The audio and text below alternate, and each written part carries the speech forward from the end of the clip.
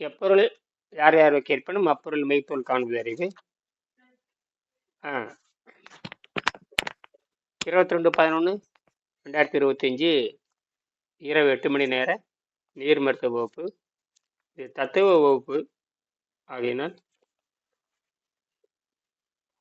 மனதை பற்றி நாம் இந்த காணொளி தொடர்ந்து பேசிட்டு இருக்கோம். 6 மணி சத்தம் குறைவாக உள்ளதுங்க ஐயா. சத்தம் குறைவாக உள்ளதுங்க. எனக்கு தான் அப்படிங்களா? இன்னொரு தடவை கட் பண்ணி வரட்டுங்களா? இப்போ இப்போ இப்போ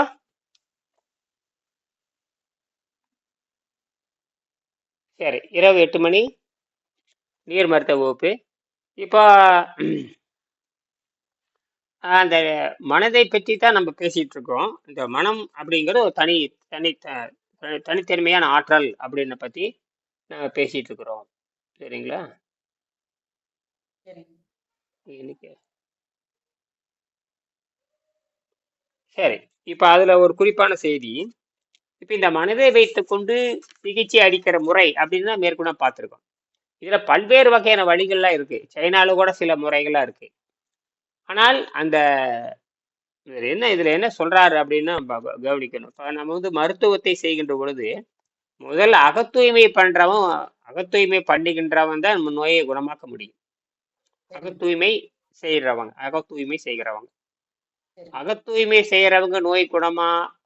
நோயை பத்தி புரிஞ்சுக்கணும். அவங்கதான். அப்ப இதுல பாத்தீங்கன்னா பெரும்பாலும் நம்ம பக்கம் தான் அதிகமான சாட்சி இருக்கு.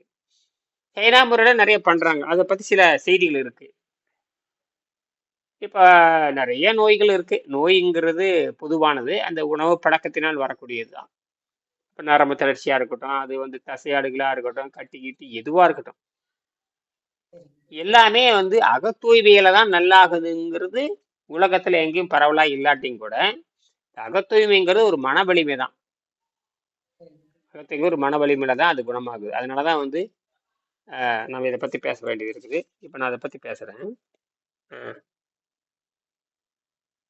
அதாவது தொடர்ந்து முன்னேறுவது அப்படிங்கிறது இயற்கையில் இருக்கு. சிலது வந்து இல்ல எப்படி போனாலும் பின்னாடியே வந்துருதுன்னு சொல்றாங்களே சில பேர். அது வட்டத்துல தான் இருக்குது. இல்ல, இது நேர்கோட்டு பாதையில் போகுது, வளர்ச்சி நோக்கி போகுது. வட்டம்னு ஒரு வட்டத்துல வர்றதுன்னு ஒரு அமைப்பு இருக்கு. வட்டத்துல அப்படி வண்டி சக்கர மாதிரி எப்படி சுத்தினாலே வண்டி சக்கரத்துல வருது. இன்னொன்னு நேர்கோட்டு பாதை. நேர்கோட்டு முடிவே இல்லாதது. இது வளர்ச்சிங்கிறது இப்ப முடிவே இல்லாததுதான். இதுல வந்து வெங்கடேசன் சில கருத்தெல்லாம் சொல்றாரு. அதாவது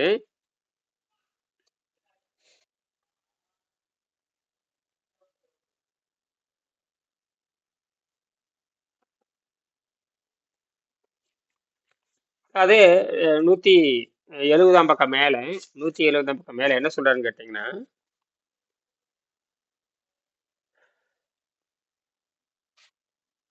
அதாவது அகச்சுத்தம் செய்தவர்களிடம் இந்த புறப்பட்டு போகான் புரிஷடையோனே அப்படின்னா அகசுத்தம் செய்கின்ற அகத்தூய்மை செய்கின்றவரிடம் அந்த உயிர் வந்து தங்குதுன்னு சொல்றாங்களா. உயிருக்கு இன்னொரு பேரு சிவம்னு பேர் வைக்கிறாங்க. இந்த புறப்பட்டு போகான் புரிஷடையோனு ஏற்கனவே நம்ம பேசியிருப்போம். இந்த புறப்பட்டு போகான் புரிஷடையோனே. அப்ப சுத்தம் பண்றப்போ இந்த புரிஷடையோன்னு உயிர் தான். அது வேற ஒண்ணு உயிர். அதுக்கு சிவன்னு பேர் வைக்கிறாங்க. அந்த சிவம் போயிட்டு சவம். இதெல்லாம் நமக்கு அந்த அந்த வரிசையில பொறுத்து அந்த சிவனா என்ன நீங்க நினைச்சுக்கிற மாதிரி சிவனை ஏதோ பெருசு தலையாட்டிட்டு வந்து கம்பல்ல வச்சுட்டு உள்ள கொண்டிருப்பாரு அப்படிங்கறதெல்லாம் அது கற்பனை. அப்படிலாம் ஒண்ணும் இல்லை. உயிருக்கு பேரு சிவம். உயிருக்கு பேரு சிவம். அப்புறம் சவம் போதுன்னு சொல்றாங்க இல்லையா. அந்த உயிர் போயிட்டு சவம்னு இப்ப இப்படித்தான் பொருத்தி பார்க்கணும். சிவம்னு இவன் நினைச்சுக்கிற மாதிரி ஏதோ இந்த கோயில்ல இருக்கிறதெல்லாம் கிடையாது. அதெல்லாம் வந்து ஒரு சிலை. அது வந்து வெவ்வேறு சில யார கூப்பிடுறாங்க, யார தத்துவங்கள் இருங்க.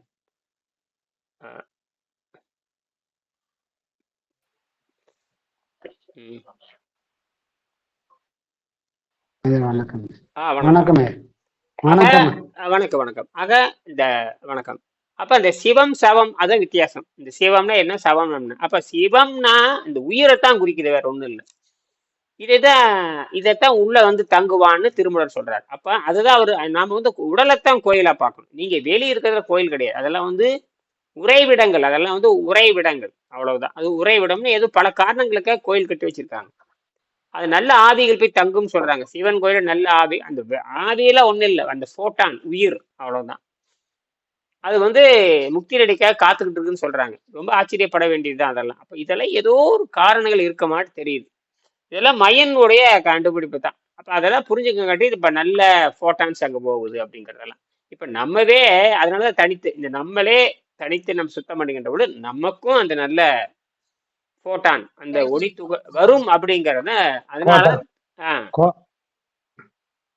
அந்த ஒளி துகள் நம்ம சுத்தம் செய்ய தானே கோட்டான் தானாக கோட்டான்றது கிடைக்கும். கிடைக்குது, அப்படிங்கிற. ஆமா. கிடைச்சிட்டு இருக்கு. அதுதான் உண்மை. அது வந்து உடம்பே தானா உற்பத்தி பண்ணுது. அது பேர் பயோ போட்டான்னு சொல்லுவாங்க. உயிரே உற்பத்தி பண்ணிக்கின்ற ஒளி அப்படிங்கிறாங்க.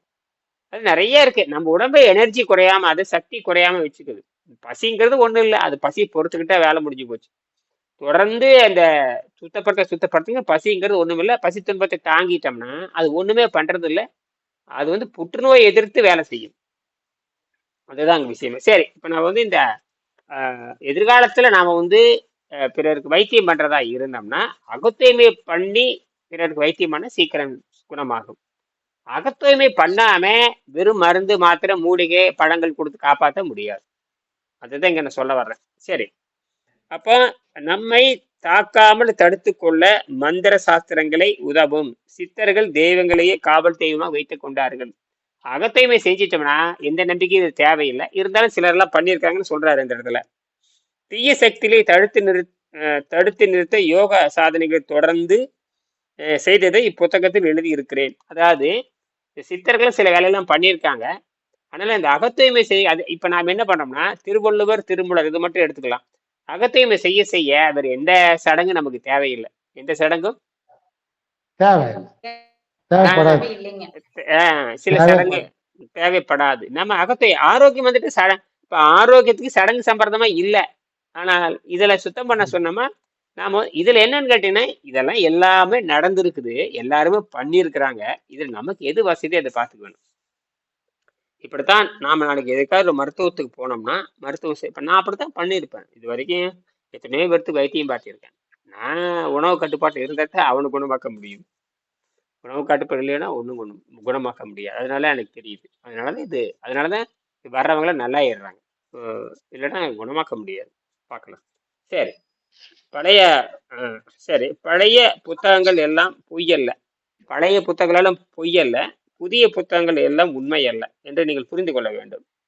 சரி, எப்பொருள் யார் யாரை கேட்பனும் அப்பொருள் மெய்ப்பொருள் காண்பு அறிவு. பல்வேறு வகையில பல்வேறு தொழில்நுட்பத்தை பயன்படுத்துறாங்க. இப்ப அடுத்தது கீழே வர்றோம் பாருங்க. விவேகானந்தர் என்ன சொல்கிறார் என்று சொன்னால் ராஜயோகங்கிற புத்தகத்துல சில கருத்து சொல்றாரு. அது என்ன சொல்றாரு விவேகானந்தர் என்ன சொல்றாருன்னு பார்த்துட்டு அதுக்கு வெங்கடேசன் என்ன பதில் சொல்றாரு. வெங்கடேசன் வந்து சித்தர் கொள்கை உடையவர். ஆனால் விவேகானந்தர் சித்தர் கொள்கை கிடையாது. அவர் வெறும் ஒரு மனதை பற்றி பேசுகின்ற ஒரு பிரம்மச்சாரி. அவர் திருமணமாகாதவர், அவ்வளவுதான். அவர் திருமணம் பண்ணியிருந்தாத்தே எல்லாமே கரெக்ட். எல்லாருமே திருமணம் பண்ணி அதுல இருந்து வந்திருந்தா நல்லா தெரியும். எல்லாரும் கூட திருமணம் பண்ணாரு. அவரும் திருமணம் பண்ணியிருக்காரு. ஆனால் குடும்பம் நடத்தலைங்கிறத தகவல். இந்த மாதிரி ஆனால் எல்லா சித்தர்களும் குடும்பம் நடத்தியிருக்காங்க. அதனாலதான் திருவள்ளுவர் இந்த குடும்பத்துல ஒழுங்கு எழுதுறாரு. சரி, இருக்கட்டும். இவர் என்ன சொல்றாருன்னு பார்ப்போம். இவர் வந்து அந்த பரிசுத்த நிலைக்கு போகல. ஏன்னா அவர் ஆரோக்கியத்தை குணப்படுத்துற செய்தி இவருக்கு தெரியாது. ஆனால் சில செய்திகளை பதஞ்சலியில் இருக்கிற சில விஷயத்தை எழுதி போட்டிருக்காரு. அந்த வகையில பார்த்தோம்னா ஒரு சிறந்த உரையாசிரியர் விவேகானந்தர். அவர் என்ன சொல்றாருன்னு பார்த்தா அவர் வட்ட கோட்பாட்டை பத்தி சொல்றாரு. எல்லாம் கடைசியில் எங்கேயும் போக முடியாது, வட்டம் தான் மரணம் தான்ங்கிறார். அப்ப சமாதி பத்தி இவருக்கு தெரியலன்னு தெரிஞ்சு போச்சு. ஆச்சரியமா இருக்கு எனக்கு. அதான் விஷயமே. நேர்கோடு எல்லைக்கு செல்லும் பொழுது வட்டமாக முடியும். மனிதனுடைய கதியும் இப்படித்தான். முன்னேறி செல்வது என்னும் கொள்கை பொருந்தாதாக இருக்கிறது. அதாவது முன்னேற்றமே இல்லைன்னு சொல்றாரு. சரி, பொருந்தாதாக அது இருக்கிறது. அது நீர்மையது. மேலும் ஆராய்ந்து பார்க்கும் பொழுது உலகப் பொருள் அனைத்தும் அழிந்து போகும். அது உடல் அழிஞ்சுதான் போகும், உயிர் அழியாது. அது அவங்களுக்கு புரியல. சரி, அது இருக்கட்டும். நீங்களே பார்த்துக்கணும், பல முறை படிச்சிருக்கணும். நீங்களே ஏற்கனவே படிச்சிருந்தா நல்லா இருக்கு. இதெல்லாம் படிச்சு திருப்பி படிச்சாதான் புரியும். இல்லாட்ட ஒரு தடவை படிச்சாதான் புரியும். இப்ப நானே வந்து மறுபடியும் இன்னைக்கு படிக்கிறேன். இந்த பக்கத்தை திருப்பி திருப்பி படிச்சாதான் நம்ம மனசுல தெளிவாகும். அப்ப நம்ம போற வழி சரியா தவறா. இப்ப எல்லாத்தையும் தூக்கி அடிக்கிறோம் இல்லையா? எல்லாத்தையும் சடங்கு சம்பிரதாயத்தை பூரா தூக்கி அடிச்சுட்டு அதெல்லாம் கிடையாது, எனக்கு ஆரோக்கியம் தான் முக்கியம், அதான் விஷயமே. அடுத்தவனுக்கு சொல்ற அளவுக்கு நமக்கு தைரியம் இருக்கணும். இப்ப நாம மட்டும் நல்லா இருந்தா என்ன பண்றதுங்க? நீ கூட இன்னைக்கு இன்னைக்கு இன்னைக்கு இது- அது என்ன சொல்றாருன்னா, ஆரோக்கியம் வேணும்னாக்க உடனே ஆண்டவனை சொல்றான். வெங்கடேஷ் பெருமாளை, ஒரு காளிய, ஒரு ஓம் சக்திய, முருகனோ, ஐயப்பன், யாரோ ஒருத்தர் வேண்டியதுல நல்லாயிடுற மாதிரி ஒரு விரதம் இருந்தா அதெல்லாம் ஆமா. நல்லாவுது. அது எப்படின்னா அவங்க விரதம் இருந்துதான் நல்லாவுது. வலிமை கொடுக்கறக்க ஒரு நம்பிக்கை சார்ந்து அதை வச்சுட்டாங்க. இல்ல விரதம் இருக்கிறாங்க இல்லைங்களா? ஆஹ் ஏன்னா ஒரு நாள் 2 நாள் 40 நாள் விரதம் இருக்கிறாங்க, 20 நாள் விரதம் இருக்கிறாங்க, 5 நாள் விரதம் இருக்கிறாங்க. ஒரு வேளை சாப்பிடுறாங்க, 2 வேளை சாப்பிடுறாங்க. அதே விரதம் போருமா அவங்களுக்கு உடம்ப ஒரு குணமாக்கிறது. ஆமா, அவன் அந்த சைவ உணவை ஒரு வேளை மட்டுமே அந்த 40 நாள் சாப்பிட்டு வந்தாங்கன்னா பெரும்பாலும் அந்த சளியெல்லாம் வெளியே போயிடும். சளி வெளியே போயிடும், உடல் கரைஞ்சிரும். உடல் கரையிறப்போ சுருங்குது இல்லையா? சுருங்குறப்ப எல்லாம் சரியாயிரும். அதுதான். அது வரணும். அதனால ஐயப்பன் வேண்டுதல். அதெல்லாம் அந்த காலம். இப்ப அதெல்லாம் கிடையாது. இப்பெல்லாம் பன்னிக்குட்டி மாதிரி தான் இருக்காங்க எல்லாருமே. எல்லாம் பன்னிக்குட்டி மாதிரி தான் பார்க்கவிட்டு. அதெல்லாம் அந்த காலத்துல இருந்திருக்குது. இன்னைக்கெல்லாம் பன்னிக்குட்டி தான். அதெல்லாம் வந்து கிடையாது. அதெல்லாம் நீங்க சொல்றதும் உண்மைதான். அதெல்லாம் அப்படி இருந்திருந்தால் ஒரு கால் நல்லா ஆகல. இப்ப அது ஆனால் சராசரி நடைமுறைக்கு இங்க வரணுமே. இப்ப நான் வைத்தியம் மருத்துவம் செய்யறப்ப எல்லாரும் இதுல வர்றாங்க. அது பக்தி மார்க்கம்னு வச்சுட்டா கூட மற்றவன் 99 பேர் சும்மா இருக்கான். அவனுக்கு நம்ம எப்படி வைத்தியம் பண்ண? நம்ம நோக்கம் சராசரி மக்களை. இப்ப நீ அப்படி பார்த்து நீங்க நீங்க பூசாரியா கோயிலுக்கு போனே எனக்கு அது தெரியாது. நீங்க வர்றீங்க, நான் சொல்லி கொடுக்குறேன், நல்லா ஆகுது. இதான் விஷயமே. இது கூட ஒருத்தர் உங்களை பத்தி சொல்லிட்டு இருந்தேன். நேற்று கூட இவரு சங்கர் பேசினாரு. யாருக்கோ வெரிகோஸ் வெயின், சக்கரை நோயினாரு. அட வெரிகோஸ் வெயின், சக்கரை நோய் அவர் ஏற்கனவே இருந்தாரு, அவர் நல்லா போச்சு, அதெல்லாம் ஒண்ணும் இல்லை, வாங்கன்னு சொல்லியிருக்கு. அவர் யாருக்கு தகவல் கொடுத்துருக்காரு. இந்த பிரச்சனை இல்லாதவங்களை அதாவதுங்க சாதாரண உணவினால் என்ன நோய் வேணா வரலாம். இது ரொம்ப அக்குறுமம். இது ஒரு சைவ நோய், நம்ம ரொம்ப அக்குறுமம். நீங்க சில பேர் சொல்லுவாங்க சைவம் நல்லது, அசைவம் நல்லது, அதெல்லாம் இதுல கிடையாது. எல்லாமே ரத்தத்தை கெடுக்கும். அந்த சளி ஏறிச்சுன்னா முடிஞ்சது கதை. சளி ஏறிச்சுன்னா அந்த சளி ஏறிச்சுன்னா அங்க அததான் அர்னால்ட் எக்கர்ட்னுடைய அடிப்படை தத்துவமே சளிதான். சளி இருந்ததுன்னா அங்க கிருமி உண்டாயிரும். இந்த கிருமிவே அடைச்சிக்குது எல்லாத்தையும் போய். அந்த சளி எல்லா பக்கமும் ஒட்டிக்குது. சளிங்கிறது பசைதானுங்க. சளிங்கிறது கெட்டி பசைதானே. நம்ம சரி, அதனாலதான் திருவள்ளுவர் வந்து இழிவுன்னே சொல்றார். அது மட்டும் இல்ல, இப்ப நான் யோசிச்சுட்டு தான் இருப்பேன், ஏன் இழிவுன்னு சொல்றாருன்னா, நாம சாப்பிடுகின்ற உணவு இழிவா தானே மாறுது. அது எவ்வளவு ஒரு விஷயம் இருக்கு பாருங்க. ஆனா அத இப்ப ஒரு பொருள் எடுக்கிறான், நல்ல மனமா இருந்தா சாப்பிட்றான். அதே நாற்றம் வேற மாதிரி இருந்தா, ஆனா நான் சாப்பிட்றேன் இதே தானே அது நாற்றமா மாறுது. இதை தெரிஞ்சுக்கிட்டு தான் இழிவுன்னு எழுதுறாங்க. இதை தெரிஞ்சுக்கிட்டு தான் மலமுங்கிறாங்க. இதை தெரிஞ்சுக்கிட்டு தான் கசுதுங்கிறான். இது தெரிஞ்ச வேஸ்ட்டுங்கிறான். ஆனா இந்த ஞானம் ரொம்ப வரவே வராது. அப்ப நம்ம சாப்பிடுறதுல இழிவுன்னு கருதாத வரைக்கும் ஒண்ணும் நடக்காது. ஏன்னா அது கழிவா இருக்குது. ஆமா, இங்க இருக்கும்போது டேஸ்ட் இருக்குது, இங்க இறங்க டேஸ்ட் இல்ல. அதுக்கேற்பான ஸ்மெல்ல வேற மாறி போகுது. அவ்வளவுதான். உள்ள போய் விளையாடுறப்ப என்ன நாற்றம் அடிக்குது. அப்ப இதைத்தான் எழுதுறாங்க, இழிவு இழிவு இழிவுன்னு எழுதுறாங்க. இழிவா தானே மாறுது. அப்ப அது இழிவுன்னு தானே சொல்றீங்க. ஆய் அப்படிங்கிறீங்க. ஐயோ ஆய் அப்படின்னு. இதேதான் அப்படின்னா நம்ம சாப்பிடறது அப்படின்னு நினைச்சோம்னா நம்மளுக்கு அது அதான் நம்ம சாப்பிடுற மாதிரி ஒரு பொருள் ஆகுது. அதைத்தான் எல்லாரும் சொல்றாங்களே, மறைமுகமா வேற மாதிரி சொல்றாங்க. இழிவு இழிவு இழிவு, மலம் உண்பதெல்லாம் மலம், இப்படிதான் சொல்றாங்க. அப்ப உண்மையாலுமே அதனாலதான் வாயு கீயு மலம் கிளம் எல்லாம் நாற்றமடிக்க காரணமே அதுதான். இதை நாம இது காரணம் இந்த ஆள் மனத்துல இந்த புரிதல் இல்லாதனால நம்ம சுவைன்னு நம்ம ஏதோ சத்து நினைச்சிட்டு உள்ள போய் அதை தினம் அந்த வேலையை பண்ணிட்டு இருக்கிறோம். போட வேண்டியது, கழிவாட வேண்டியது, தினம் காலையில அந்த மலத்தை கழிக்கிற வேண்டியது. அப்ப நம்ம என்னன்னா மாடு மாதிரி ஆயிடுறோம். எப்படி மாடு மாதிரி ஆடு மாதிரி தின்னுட்டு இப்படி. அப்ப நம்ம விலங்கு மாதிரி தான் இருக்கிறோமே தவிர மனிதராக மாறவில்லை.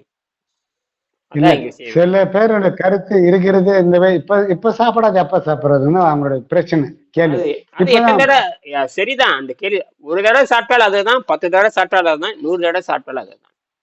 அது ஒண்ணுமே அது மாற்றமே இல்லை. அதுல அவ்வளவுதான். அது மாற்றமே இல்லை. அவன் எப்படின்னு கேட்பான். அடிபடும் பொழுது ஐயோன்னு கத்துவான். அது வரைக்கும் நம்மகிட்ட பேசுவான். அடிபடும் பொழுதுதான். அப்ப ஒரு தடவை சாப்பிட்டீங்க 10 தடவை சாப்பிட்டீங்க அதெல்லாம் புரியுது. அதெல்லாம் வந்து ஆழ் மனதில் இருக்கிற அந்த மூட நம்பிக்கைகள் தான். ஆழ் மனதில் இருக்கிற மூட நம்பிக்கை. இந்த அருவருப்பு நம்ம மூ- செய்யறது அருவருப்புன்னுங்கிறது உங்களுக்கு தெரியாத அளவுக்கு எல்லாமே அருவருப்பு தான். மனிதன் செய்யக்கூடிய அத்தனையும் அருவருப்புல தாங்க முடியும். ஆமா. எல்லாமே அவன் உணவும் சரி, உணவும் சரி, இனப்பெருக்கம் சரி, எதை எடுத்தாலும் நாற்றமும் அருவருப்பு தான். புனிதத்தன்மை எல்லாம் கிடையாதுமா. அதெல்லாம் ஒண்ணும் கிடையாது. புனிதம் கிடையாது, ஒரு புண்ணாக்கும் கிடையாது. நீ சுத்தப்படுத்துறீங்க அததான் அதுதான் ஆஹ், மனதில் அந்த மனதில் இருக்கிற அழுக்கு இதெல்லாம் புரிஞ்சாதான் நீங்க தூய்மை அடைவீங்க. அப்பதான் சுத்தப்படுத்தி தன்னை சுத்தப்படுத்தி இயற்கையோடு வாழும் போதுதான் தூய்மையாக அடைய முடியும். அதுதான். அதனாலதான் இந்த அழுக்கெல்லாம் அதனாலதான் வள்ளுவர் சொல்லுவாரு மனதில் இருக்கிற எல்லா அழுக்கும் போக வேண்டும் பாரு. அப்ப இந்த ஆள் மனதில் இருக்கிற பிறக்கிறப்ப இருக்கிற நம்பிக்கை இருக்குல்ல அதை புட்டிங்க எறியணும். அதாவது அடிக்கடி சொல்லிட்டே இருப்பேன். சரி, ஏன்னா அந்த நம்பிக்கை தான் நம்ம மேல போகாம வச்சிருது. நீங்க என்னதான் சொன்னாலும் வரமாட்டாங்க. என்ன கரடியை கத்துனாலும் அவன் ரிப்பேர் ஆகிறதுக்கு அங்கதான் போவானே தவிர நல்ல வழிக்கு வரவே மாட்டான்.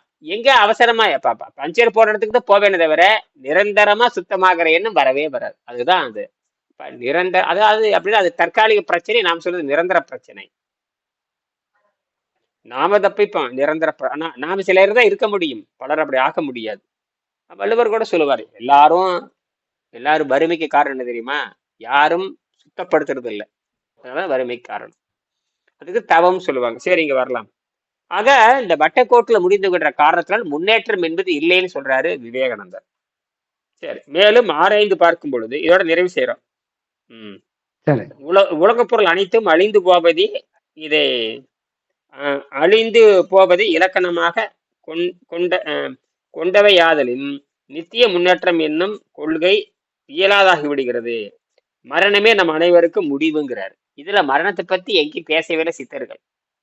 சமாதி அப்படிங்கிறாங்க, அதாவது மரணத்தை மாற்றி சமாதிக்கு போறது. அப்ப இவருக்கு வந்து இது தெரியலேன்னு தெரிஞ்சு போச்சு. மரணம் என்பது வேறு, சமாதி என்பது வேறு. சரியா? சரி.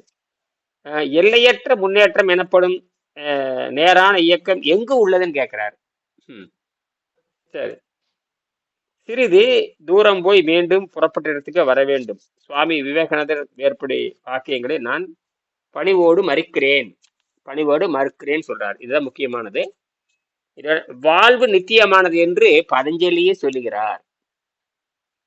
சரி, எடுத்துக்காட்டுகள் பின்வருமாறு. பதஞ்சலி யோக சூத்திரம் 4வது அத்தியாயத்துல 10வது பாடல்ல வாழ வேண்டும் என்று விருப்பம் நிச்சயமாயிருந்தால், இதை பார்த்தீங்கன்னா அவற்றிற்கான தொடக்கம் இல்லை, முடிவும் இல்லை. தொடக்கம் இல்லைன்னா முடிவில்லைன்னு அர்த்தம். 4வது 33வது பாடல்ல புருஷன் பொருட்டு இந்த புருஷன் என்ன தெரியுமா? இந்த இடத்துல தொழில்னு அர்த்தம். புருஷன் அப்படின்னாவே ஒரு வகையான தொழில் அப்படின்னு அர்த்தம். புருஷ லட்சணம் அப்படின்னாவே இந்த வேலை செய்யறதை பத்தி தான் சொல்லுவாங்க. சரி, அந்த வேலை ஒரு நல்ல வேலை செஞ்ச சிறந்த புருஷன் அப்படிம்பாங்க. அப்ப நாம என்ன நினைக்கிறேன், அரசாங்க வேலைன்னு சொல்லிட்டு தப்பா போயிட்டோம். அப்படிலாம் ஒண்ணும் கிடையாது. ஒரு நல்ல தொழிலை செய்தால் அது பேர் லட்சணம் சொல்லுவாங்க. நல்ல தொழில் லட்சணமா செய்யறான் அப்படின்னு அர்த்தம். அந்த தொழிலை நல்லா செய்யறான்னு அர்த்தம். அதுக்கு பேரு புருஷன்னு பேரு. சரி, இதுதான். வேற மாதிரிலாம் அது ஏதாவது கணவன் மனைவி, அது இந்த கணவன் மனைவி புருஷன் சொல்ற முடியாது. அவன் நல்ல தொழிலை செய்வன்னு அர்த்தம். புருஷன்னாவே என்ன தெரியுமா அர்த்தம்? வெறுமனே கணவன் மனைவி கிடையாது, நல்ல தொழிலை செய்யக்கூடியவன், நேர்மையானவன் அர்த்தம். நீ புருஷன்னா வேற அவருக்குதான் புருஷன், அதுதான், வேற ஒண்ணும் இல்ல. புருஷன்னா அதான்.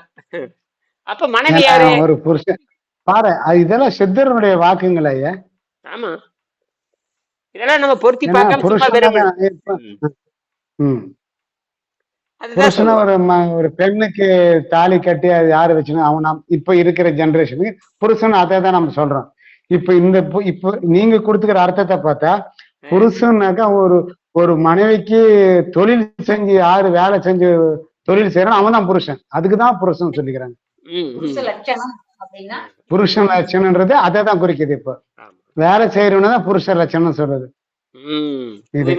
வேலை செய்யணும் அப்படிங்கிற புரியுதுங்களாம்மா? தேவியம்மா பாருங்க தெரியல பாருங்க. புருஷன்றதுக்கு அர்த்தம், முழுமையான அர்த்தமே இன்னைக்குதான் அப்படிங்கிற கொஞ்சம் எனக்கு வருது தெரியுது புருஷோத்தமன் அப்படிங்கிற எங்கள் ஐயாவால. சிவபெருமான் குறிக்கும்னு நினைக்கிறேன். சரி, ம். புருஷன் பொருட்டு, இந்த இன்னொரு பாடல் புருஷன் பொருட்டு இந்த அது கீழே பாருங்க, 171 மேல, 171 பக்கம் மேல, ஆ, புருஷன் ஆ. பொருட்டு தொழில் புரிகின்ற, பாருங்க, தொழில் புரிகின்ற தமது தன்மையில் நின்று விலகிய குணங்கள் ஒழுங்குமுறையாக ஒடுங்கிவிட கைவல்யம் வந்து எய்துகிறது. அறிவு வடிவமாகிய புருஷனுக்கு தனது சொந்த நிலை பேருடையவ கைவல்யம் எனப்படுவது. அதாவது அறிவு வடிவமாகிய புருஷம், அறிவு வடிவமாகிய என்ன? இப்ப அறிவால் உணர்தல், அறிவு வடிவமாகிய புருஷன், அறிவின் பொருட்டு தொழில். இதெல்லாம் வந்து கொஞ்சம் 2 தடவை படிச்சா சரியா போயிடும். 2 3 அதெல்லாம் வேற ஒண்ணும் இல்லை. 2 முறை படிச்சு சரியா போயிடும். பார்த்தா இதெல்லாம் வந்து புது புது புது செய்திகள், இதெல்லாம் ஏற்கனவே இருக்கிற பழைய செய்திகள் தான். ஒரு 2 முறை படிச்சு சரியா போயிடும். அதாவது நல்ல தொழில் புரிகிறவன் அர்த்தம். சரி, இப்ப தொழில் என்ன தொழில் அப்படின்னு கேட்டோம்னா, யாராவது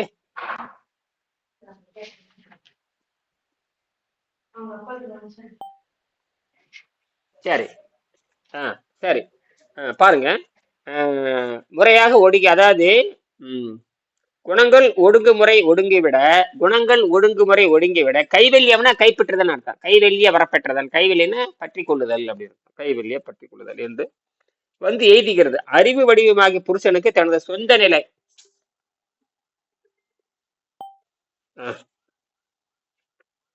அறிவு வடிவமாக புருஷனுக்கு தனது சொந்த நிலை பேருடையவே கைவல்யம் எனப்படுவது, கைவல்யம் எனப்படும் மோட்சமாகும். மேலும் சில விவரங்களை நான் கொடுக்கிறேன். இந்த ஷோபா கூக்ஷு யூ, இது வந்து ஒரு வகையான ஜப்பானிய வைத்திய முறை. அது என்னென்னமோ சொல்றான் பாருங்க, இது இருந்தாலும் படிப்போம் பாருங்க. கோபாக்ஷுயின் பிராண சிகிச்சை அப்படிங்கிறாரு. ஆரோக்கியம் அளிக்கும் தேவதைகளை நியமித்தல், ஆரோக்கியம் அளிக்கும் தேவதைகள் நியமித்தல். பாருங்க, பிராண சிகிச்சைக்கு பின் ஆண்டவனிடம் பிரார்த்தனை செய்யறதாமா. செய்து ஒரு குணப்படுத்தும் தேவதை நோயாளிடம் இருக்க செய்தல், அதாவது நர்ஸ் மாதிரி பக்கத்தால வச்சுக்கிறதா. இப்ப நான் வந்து ஒரு ஆளை குணமாக்கணும்னு வச்சுக்கோங்க, இப்ப நானும் சுத்தமா இருக்கணும், என்ன நான் வச்சுக்கிற ஆள் இருக்கான் பாருங்க, அவனும் சுத்தமா இருக்கணும், அவனை சுத்தப்படுத்த வைக்கணும். அப்ப இங்க 3 பேர் வர்றாங்க. இதெல்லாம் வந்து அப்படின்னு ஒரு நர்ஸ் மாதிரி பாருப்பா, நான் ஒரு ஆள், அப்ப நானும் சுத்தமா இருக்கணும், அவனும் சுத்தமா இருக்கணும், நோயாளி சுத்தமா. அப்ப நான் எங்கிட்ட இருக்கிற சக்தி அவனுக்கு கொடுக்கறது, அவன் வந்து அவனுக்கு கொடுப்பான். அப்ப நான் வந்து எனக்கு ஒரு சக்தி இருக்குது, அப்ப நான் வந்து அவனை குணமாக்கிட்டேன். இப்ப நீங்க கூட ஒரு ஆளை குணமாக்கலாம், தெரியுமா உங்களுக்கு? இப்போ நீங்க யாரா ஒரு ஆள் கிடைச்சேன்னு வச்சுக்கங்க, நான் உங்களுக்கு சொல்லுவேன். அப்ப நீங்க நான் 2 பேரும் சேர்ந்து ஒரு ஆளை குணமாக்கிடலாம், எளிமையா குணமாக்கிடலாம். நீங்க பக்கத்தா, இப்ப உதாரணத்துக்கு நான் பெங்களூர்ல ஒருத்தர் இருக்கான், அல்லது நீங்க காங்கேயத்துல ஒருத்தர் இருக்கான்னு வச்சுக்கோங்க. இப்ப என்னைய நீங்க பார்க்கறதே தேவையில்லை. உடனே அவர் எதோ நோயின்னு சொல்றேன், நான் சொல்றேன் நீங்க ஒரு மாசம் ரெஸ்ட் எடுக்குன்னு சொல்றேன். இந்த பாருங்க, நான் அந்த இவங்களை தேவி சொல்லுவாங்க, அவங்க வந்து உங்களுக்கு அப்பப்ப ஆலோசனை சொல்லுவாங்கன்னா, நீங்க ஏற்கனவே சுத்தமா இருக்கீங்க, நானும் சுத்தமா இருக்கேன், கரெக்டா வேலை நடக்கும். நீங்க சுத்தம் இல்லைன்னு வச்சு உங்களுக்கு என்ன சொல்றதுன்னா உனக்கு தெரியாது. அது உண்மை. ஒருத்தர் அப்படித்தான் கொடுத்தாங்க, அங்க பெங்களூர்ல இருந்துட்டுங்க, இங்க எங்க வீட்டு கிட்ட ஒருத்தவங்க கொடுத்தாங்க. போன் மூலமா 1 நிமிடம் பேசாம இருங்க, நான் உங்களுக்கு இது கொடுக்குறேன் அப்படின்னு சொல்லி கொடுத்தாங்க. இப்பதானே 1 மாசம் ஆச்சுங்க. அது ஐயாவை எடுத்தாரு. அது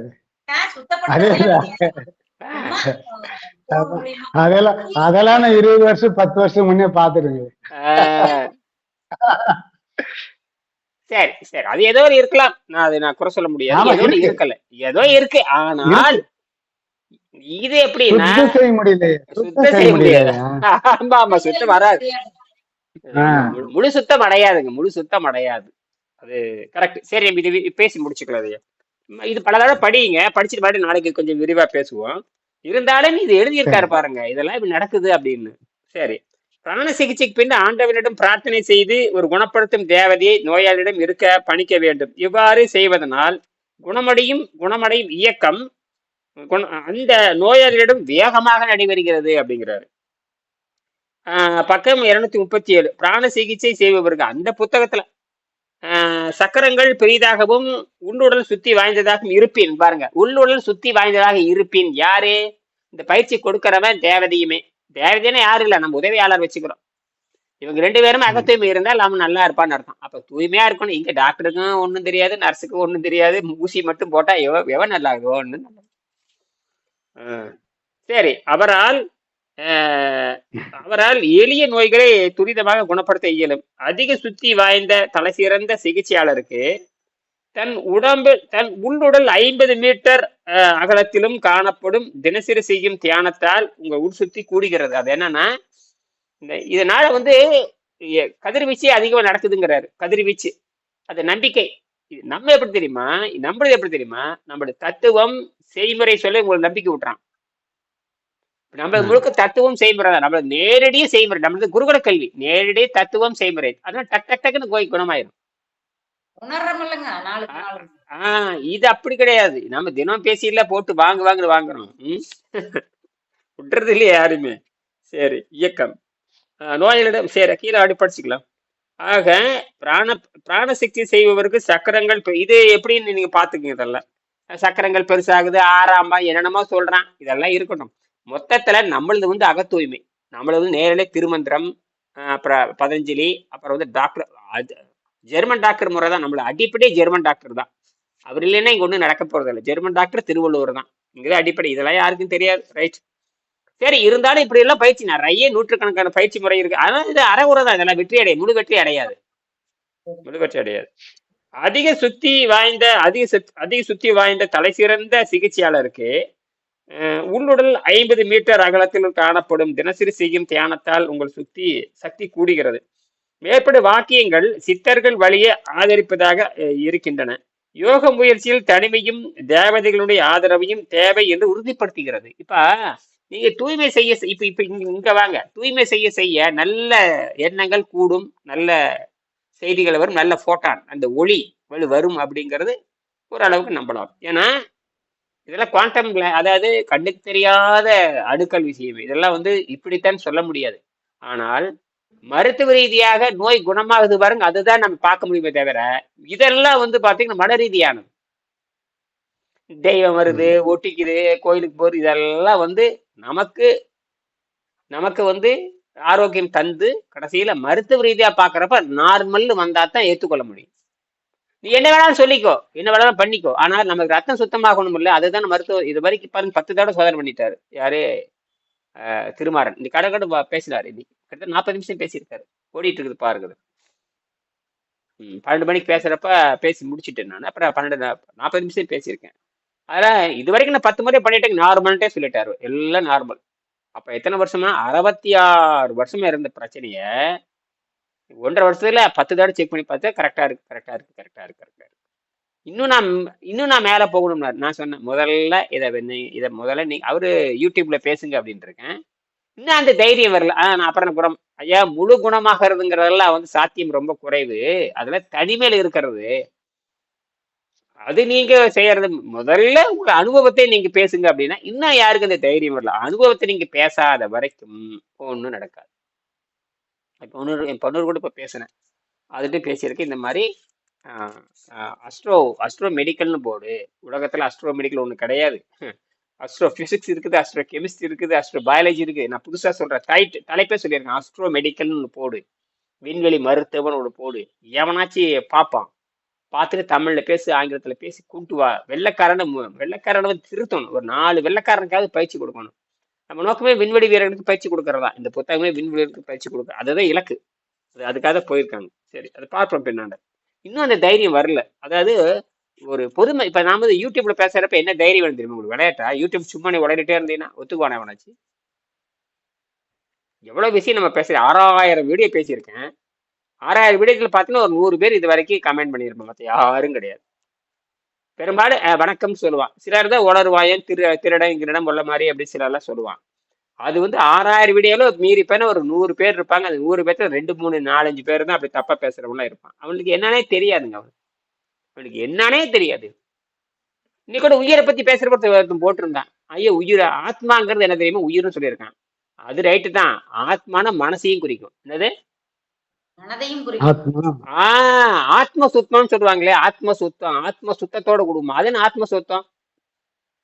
ஆத்மான உள்ளத்தையும் குறிக்கும்னு அர்த்தம். ஆத்மானா உயிரையும் குறிக்கும், ஆத்மான மனதையும் குறிக்கும்.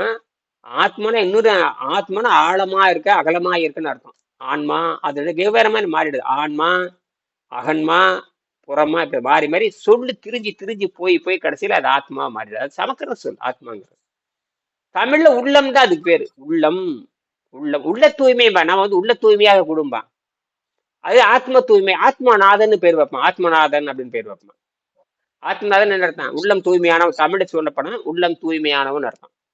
நீ ஆத்மநாதன் என்ன நினைச்ச கூட, ஆத்மான உயிர் தான். இன்னொன்னு ஆத்மான உள்ளம்னு அர்த்தம். ஆத்ம சுத்தம், ஆத்மா. ஜீவாத்மா. இங்க பாருங்க, ஜீவாத்மா பரமாத்மா இப்படி சொன்னோம்னா சின்ன உயிர் பெரிய உயிர் அப்படி வச்சுக்கலாம். சின்ன உயிர் பெரிய உயிர் அதேதான். அதுல உயிர் சின்னது பெருசு இருக்கு. மனுஷனோட உயிர் சிறுசு, பரம்பொருள் பெருசு, அவ்வளவுதான். அதே ஜீவாத்மா பரமாத்மா. சின்ன உயிர் பெரிய உயிர் அவ்வளவுதான். இப்படி கூட வருது. அப்ப இதெல்லாம் ஏற்கனவே அங்கங்க பொருத்தி பார்க்கணும். ஒரே இடத்த வச்சு முடிவு பண்ணக்கூடாது. அந்தந்த இடத்துல பொருத்தி பார்க்கணும். ஒரு சொல்ல வச்சு அந்த இடத்துல முடிவு செய்யாம அது அந்த இடத்துல அப்படி பொருள், இந்த இடத்துல இப்படி பொருள். ஏன்னா இவ்வளோ விஷயங்கள் இருக்கிறது. இந்த உண்மையாலுமே ஒரு மருத்துவம் பார்க்கணும்னா குறைஞ்சபட்சம் ஒரு ஆளு ஒரு 10 லட்சம் சொற்களாவது தெரிஞ்சு வச்சிருக்கணும். 10 லட்சம் சொற்கள். அப்பதான் நீங்க வைத்தியமா பார்க்க முடியும். நல்ல புத்தகங்களை படிக்கணும். அப்பதானே தெரிய முடியும். 10 லட்சம் சொற்களாவது தெரிஞ்சிருக்கணும் குறைஞ்சபட்சம். 10 லட்சம். ஆனா இத படிச்சீங்கன்னா அதெல்லாம் வந்துடும். இதை சுத்தம் பண்ணேன்னா வந்துடும். இதுதான் பசியவே அடிப்படையில கை வைக்கிறது. இது எப்படின்னா பரிணாம அறிவியில கை வைக்கணும். இந்த பிரச்சனை வந்து உணவு பிரச்சனையே கிடையாது. பரிணாம அறிவியில ஜீரநீரவே கை வைக்கணும். போடுற அடி ஆணி வேற வெட்டுறோம். ஆணி வேற வெட்டுறப்போ பசிங்கிறது ஒண்ணுமில்லாது போயிடும். நீங்க ஒருவேளை ஏதோ ஒண்ணு போட்டு கூட சும்மா இருக்கலாம். ஒரு அம்மா சொல்லியிருப்பாங்க, நீங்கள் எவ்வளவு சாப்பிடுகிறீர்கள்? நான் சிறிதளவு ஒரு அப்பம் மட்டும் சாப்பிடுகிறேன். அது எந்த அளவுக்கு இருக்கும்? அது சிறு காசளவு இருக்கும். அப்படி என்றால் உங்களுக்கு சக்தி அது போதாது. உங்களுக்கு சக்தி வெளியிருந்து வருகிறது, காற்றிலிருந்து வருகிறது, விண்வெளியிலிருந்து வருது, ஆகாசத்திலிருந்து வருகிறது என்று நான் சொல்லலாம். நீங்க கண்டுபிடிச்சதுக்கு ரொம்ப நன்றி. உண்மையாலும் அங்கிருந்தான் சக்தி வருகிறது. அப்படின்னா இந்த அப்பத்திலே தோசையிலே இல்லைன்னு அர்த்தம். அதாங்க உண்மை. அப்படின்னு நீங்க நன்கு சுத்தப்படுறதுக்கு அப்புறம் நீங்க ஒரு பேரிச்சம்பழம் போட்டா என்ன, ஒரு அரை தோசை தின்னா என்ன, ஒரு சப்பாத்தி தின்னா, ஒரு முறுக்கு தின்னா, அதெல்லாம் ஒண்ணும் இல்லைன்னு அர்த்தம். அதெல்லாம் ஈடுகட்டாது. இந்த வெளியிருந்து உறிஞ்சுற சக்திக்கு ஈடுகட்டாது. அது கலோரி வேலையில வராது. இதெல்லாம் இது பயிற்சி பெற்று பெற்று பெற்று பெற்று வந்ததுக்கு அப்புறம் தான் நீங்க சாதாரண உணவை கொஞ்சம் சிறிதளவு சிந்து பார்த்தீங்கன்னா அது அப்படியே போயிட்டே இருக்கும். இதுதான் நாம செய்ய வேண்டிய விஷயமே தவிர இதோட நிறைவு செஞ்சுக்கலாம். மேற்படி வாக்கியங்கள் சித்தர்களின் வழியை ஆதரிக்கிறப்பா இருக்கிறது. அதனாலதான் ஒரு பிடி அவள் அப்படின்னு சொல்லுவாங்க. ஒரு பிடி அவள், ஒரு கைப்பிடி அளவு உணவுன்னு சொல்லுவாங்க. அதெல்லாம் அந்த காலத்துல சொல்லுவாங்க. குசேலன் ஒரு கைப்பிடி தான் வச்சிருந்தான். குசேலன் யார் தெரியுமா? அந்த கிருஷ்ணனுடைய நண்பன். அவன் எல்லாரும் தங்க வரம்லாம் கொடுத்தானா. இவன் போய் கடைசியில ஒரு படி அவள் மட்டும் கொடுத்தானா. உடனே அவன் நண்பனை ஏத்துக்கிட்டானா. ஆனா இவன் பரதேசியா இருப்பானா. இப்படி எல்லாம் அவன் ஏழை, அது ரொம்ப ஏழை அப்படின்னு எதை கொடுத்தானா, ஒரு அவள். அதுல பேர் அவள் வருது. அவள் கொடுத்தானா. அவன் உண்மையில வெண்ணெய் திங்கிறவன் தான். கிருஷ்ணன் வெண்ணெய் திங்கிறவன் தான். இவன் அவள் கொடுத்தான்னு ஒரு கதை இருக்கு. சரி, இதெல்லாம் இருக்குது, நிறைவு செய்யலாம். இந்த மனோசக்தி மைண்ட் ஃபோர்ஸ், இது மைண்ட் ஃபோர்ஸ இங்க பார்த்தாலும் திருப்பி மைண்ட் ஃபோர்ஸ் தான் வருது. எப்போதும் வளரக்கூடியது, நிலையானது, இயற்கையை வழிநடத்தக்கூடியது. நாம் அதுவாக மாற வேண்டும். அப்படிங்கிறாரு. எதுன்னு நம்ம நாளைக்கு பேசுவோம். அதுவாக மாற வேண்டும். எதாக மாறுறதுன்னு கேட்டீங்கன்னா விண்வெளியாக மாறுதல். அந்த விண்வெளி, அதாவது நம்ம சின்ன விண்வெளி, அது பெரிய விண்வெளி. அதுதான் ஆன்மானே பேரு. ஆன்மா அப்படின்னாவே என்ன தெரியுமா அர்த்தம்? அகன்று இருக்கிறதுன்னு அர்த்தம். ஆன்மான அகன்று இருக்கிறதுன்னு அர்த்தம். இன்னொரு ஆன்மானா அந்த பேரண்டம். ஆமா, இன்னொரு ஆன்மான என்ன தெரியுமா அர்த்தம்? அகம்தான். அகம்னா உள்ளேன்னு அர்த்தம். அகம்மா அப்படிங்கிறது ஆன்மாவை திரிஞ்சு போச்சு. அது சமஸ்கிருத சொல்ல மாறிடுது. அங்கதான் நமக்கு பொருள் புரியாம போச்சு. உண்மையாலுமே ஆன்மான அகன்மான அர்த்தம். அகன்மான அகம்னு அர்த்தம். உள்ளே இருக்கிற மான வெளின்னு அர்த்தம். மான வெளி, மான மாப்பிள, மான மாங்காய், இப்படிலாம் இருக்கு. அப்ப அகமான உள்ளே இருக்கிற உள்ளே இருக்கிற வெட்ட வெளி. இது என்ன போச்சுன்னா ஆன்மாவா மாறிடுது. ஆன்மீகம் என்ன நினைச்சது தெரியுமா? ஏதோ காவடி தூக்குறது, பூசை வைக்கிறது, கோயிலுக்கு போறது, பட்டை போறது, சட உடனே நினைச்சிட்டு இருக்காரு. அது அடிப்படை தப்பு. சந்திப்போம் நாளை. நன்றி. நன்றி.